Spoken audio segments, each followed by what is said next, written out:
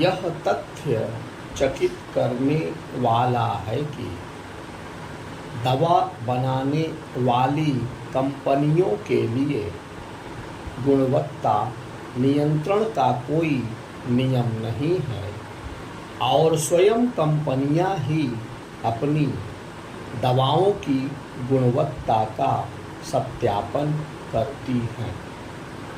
यह ठीक नहीं और ऐसे समय तो बिल्कुल भी ठीक नहीं जब दवाओं की गुणवत्ता को लेकर दुनिया भर में जागरूकता बढ़ रही है।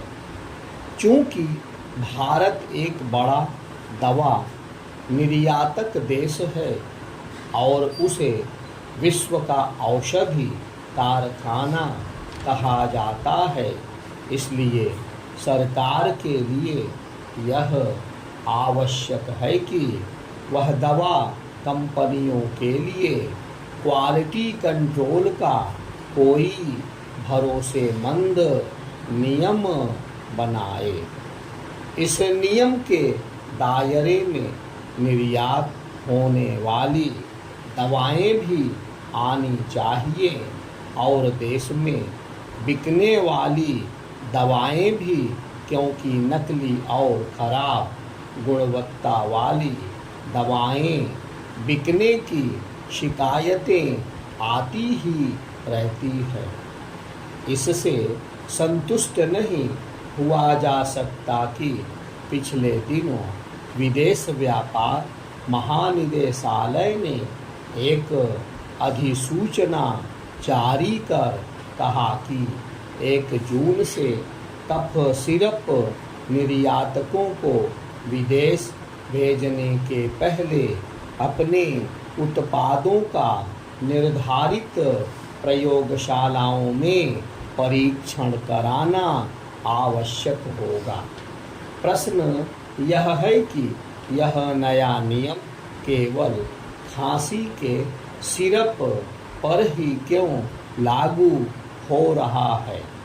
क्या इसलिए कि पिछले वर्ष गाम्बिया और उज़्बेकिस्तान में भारतीय दवा कंपनियों की ओर से भेजे गए कफ सिरप में खामी पाई गई?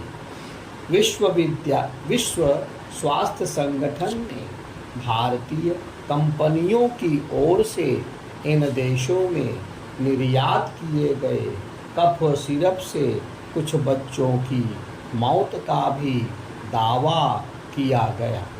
यद्यपि इस दावे को भारत ने चुनौती दी, लेकिन देश से निर्यात होने वाले कफ सिरप की गुणवत्ता को लेकर विश्व के कुछ देशों में संशय पैदा होना स्वाभाविक है। यह ठीक है कि विदेश व्यापार महानिदेशालय ने कफ सिरप के मामले में एक आवश्यक कदम उठाया, लेकिन ऐसा कदम तो निर्यात होने वाली सभी दवाओं के मामले में उठाया जाना चाहिए। इसकी अनदेखी नहीं की जा सकती कि कुछ समय पहले एक भारतीय फार्मा कंपनी की ओर से अमेरिका भेजी गई आई ड्रॉप में खामी मिलने की बात सामने आई थी। भारत जेनेरिक दवाओं का सबसे बड़ा आपूर्तिकर्ता है और दुनिया के कुल जेनेरिक उत्पादन का लगभग 20% आपूर्ति करता है।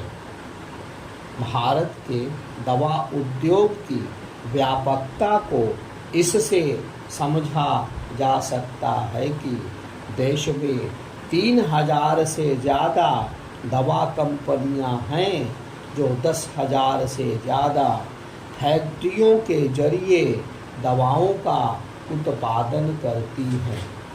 2014 से 2022 के बीच भारत का दवा निर्यात 2 गुने से भी ज़्यादा बढ़कर 24.6 अरब डॉलर के स्तर पर पहुंचा। स्पष्ट है कि भारत को अपने दवा उद्योग की साख को बचाने के लिए हर संभव जतन करने होंगे।